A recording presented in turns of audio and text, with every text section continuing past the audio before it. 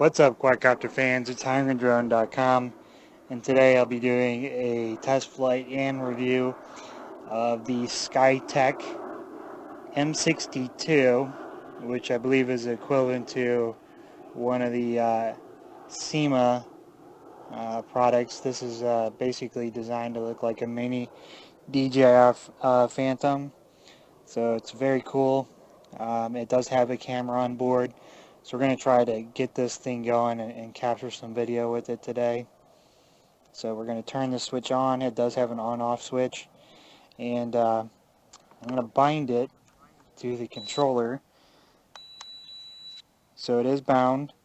And then we're going to hit the middle button here, which tells us that we're in the camera mode. And then we're going to hit, need to hit the camera button. And the little red light on there is an indicator that it's supposed to be recording. The up button is for taking pictures, and this, lets us know that we're in the recording mode. So it does have a onboard camera board. So this thing is awesome in the way that it handles. Super smooth. One of my favorite ones. It is a little slow. Doesn't quite cut in the wind that great, but you could, trim your pitch up, help out with that issue. Easy to see with the orientation. You're not going to do a ton of tricks with this, but that's not really what this one's for.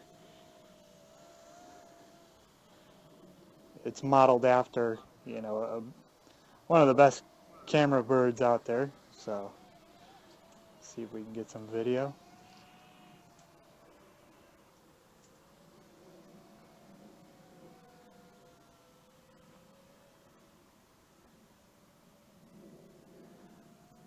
Try to keep it low to the ground so that way it actually sticks out. Now when it is in the camera mode, you can't actually do flips with it, but the flight time on this is great.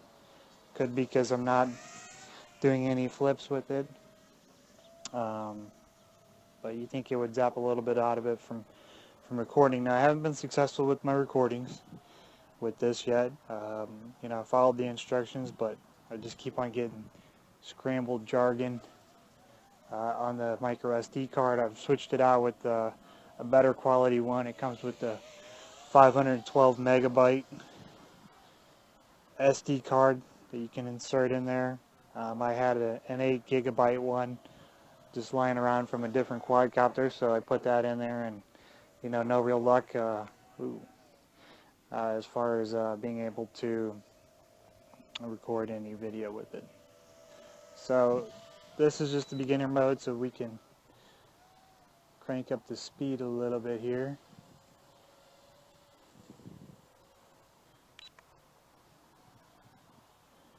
Now we're flying a little bit faster.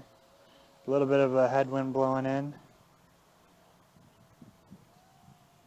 The yaw rate's nice.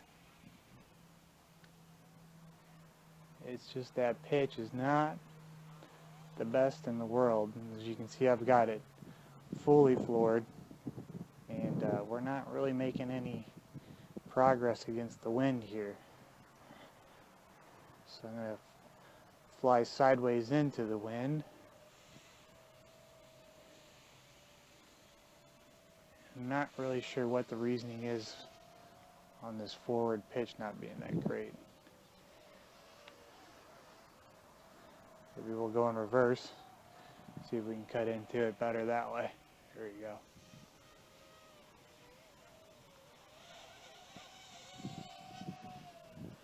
So I don't know if it's just the motors, getting a little bit hot or wore down, and it just doesn't have the thrusting power.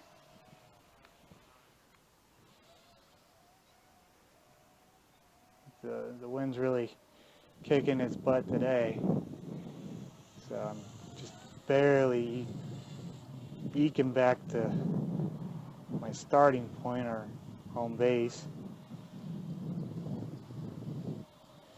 There we go.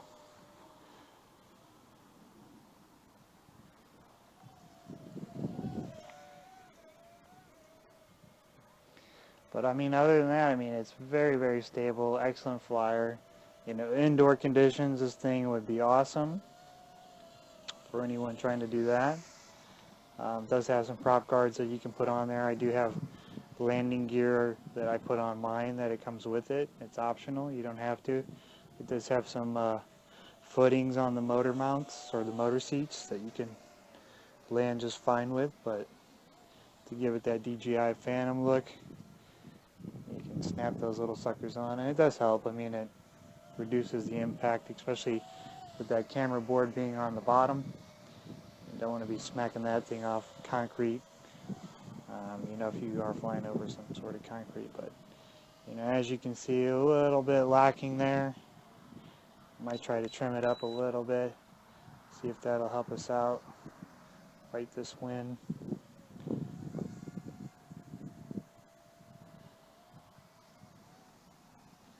Just very, very smooth, stable flyer. I'll fly sideways, cut the wind.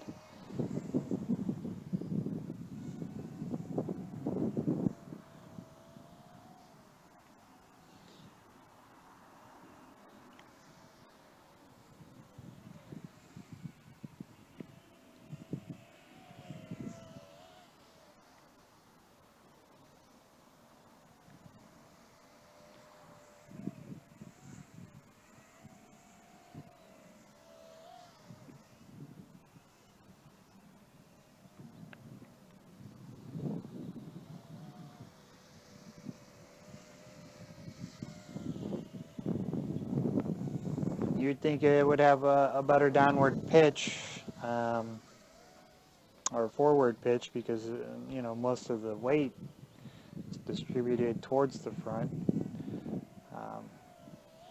with the camera being up there as well as the battery and how you load the battery in. It's more distributed towards the front of it, so a little bizarre, not quite sure, but you know, no real complaints other than some minor cosmetic stuff and not being able to record the video. But we're getting a pretty good flight time. I think we're probably close to about 5 minutes. I don't have a timer or anything on me, so hard to say exactly.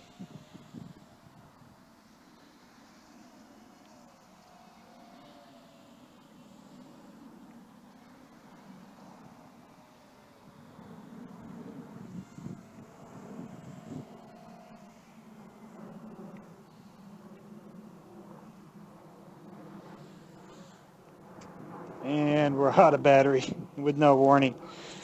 So took a little tumble there, but I mean, this thing is very sturdy in the way that it's built. Camera looks like it's off now, so we can go ahead and switch this button off at the bottom to turn this one off, and then go ahead and turn the controller off. But, you know, definitely worth the purchase, especially if you want to do some indoor aerial footage. It's not going to be the greatest. Can take snapshots as well as video. For the price, I just can't beat it. You know, it comes with a ton of accessories, especially the camera on board. You know, micro SD card, as well as adapter, charger, spare parts. You know, $25. You know, this is a great purchase all day long.